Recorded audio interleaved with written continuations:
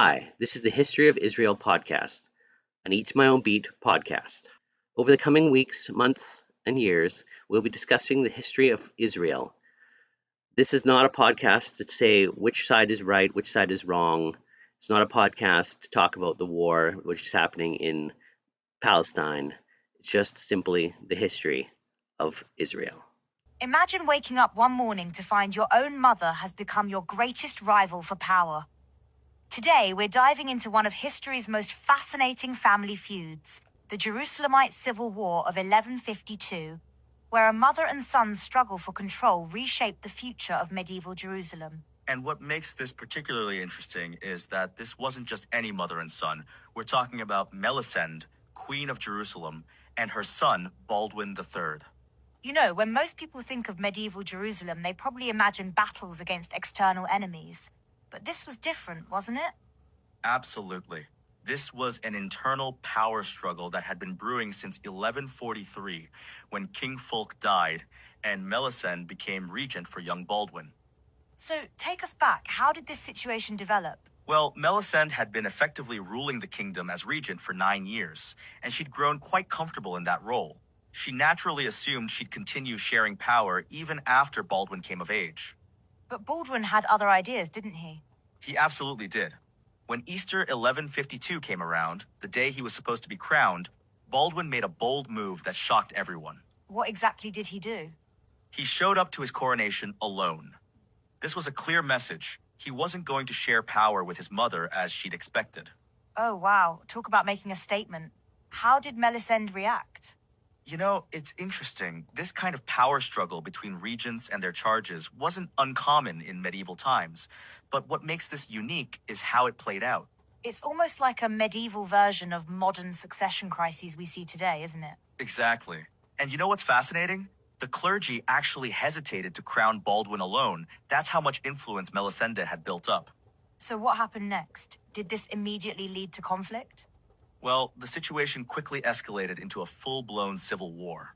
The kingdom essentially split between mother and son. And this was happening at a pretty crucial time for the Kingdom of Jerusalem, right? Absolutely. The Latin states of the East were already in a vulnerable position.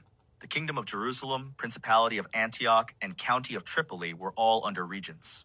That sounds like a recipe for disaster. It could have been. And to make matters worse, the county of Edessa was gradually being reconquered by Turkish forces. So they're having this internal power struggle while external threats are looming. Not ideal timing. You'd think so, but here's where it gets really interesting. This civil war actually ended up strengthening the kingdom in some unexpected ways. Really? How so? Well, when Baldwin III emerged victorious, his authority was now unquestioned. This actually helped him coordinate the defense of these states against Muslim attacks more effectively. That's fascinating. So sometimes internal conflict can lead to stronger leadership? Exactly. And you know what's particularly interesting about regencies throughout history? What's that? They often create these complex power-sharing arrangements that eventually have to be untangled. Sometimes peacefully, sometimes not. And in this case, it definitely wasn't peaceful. No, but it was relatively brief. The entire Civil War was contained within 1152.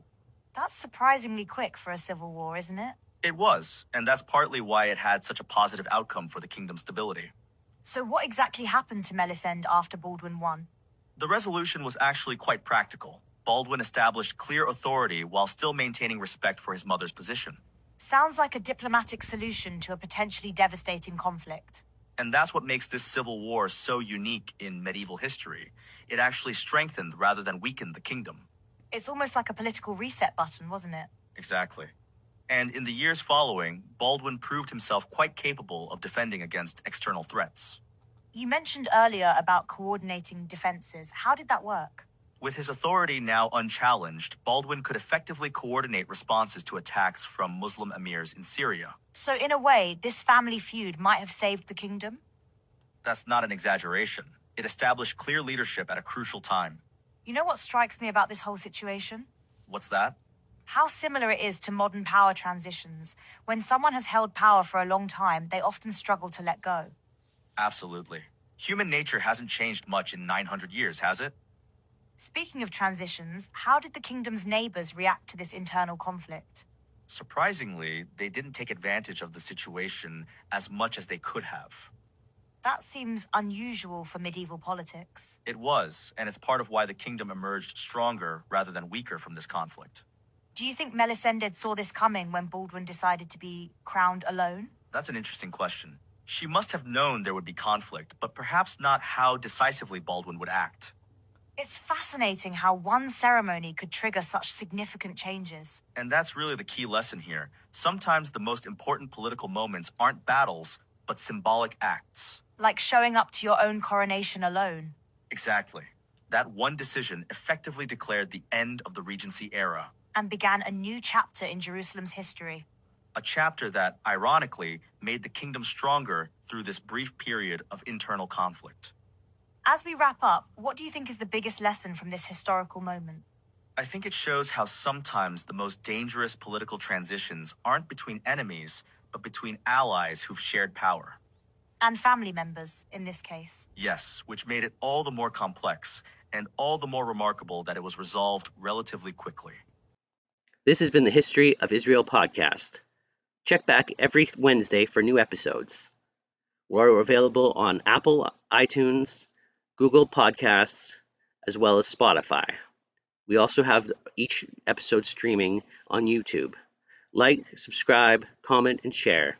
We're available on eattomyownbeat.com as well as the History of Israel podcast on Facebook.